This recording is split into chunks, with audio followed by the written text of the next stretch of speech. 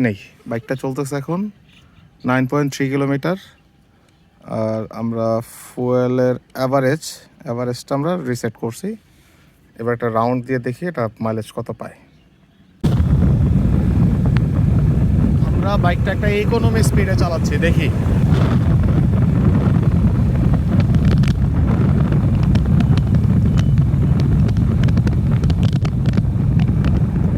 তো 93 থেকে 101 মানে 8 কিলো চালাইলাম বাইকটা।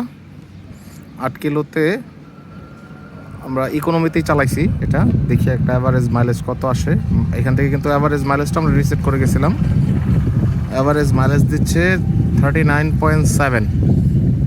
জাস্ট 250 সিসির একটা বাইক, আপনি যদি এটাকে ইকোনমিতে চালান এই মাইলেজটা পাবেন। এটা যদিও কাছাকাছি, মানে এখানে টোটাল 8 কিলো চালাইছি। 8 কিলোতে ফ্রি রাস্তাতে ইকোনমিতে চালাইছি এবং আমাদেরকে এই মাইলেজটা দিছে। এটা হয়তো হাইওয়েতে ওঠে টানাটানি করলে একটু বাড়তে বা কমতে পারে, কমারই সম্ভাবনা আছে। তবে এটা অ্যারাউন্ড 35 বোঝাই যায় যে 35 এটা যে কোনো ওয়েতেই থাকবে।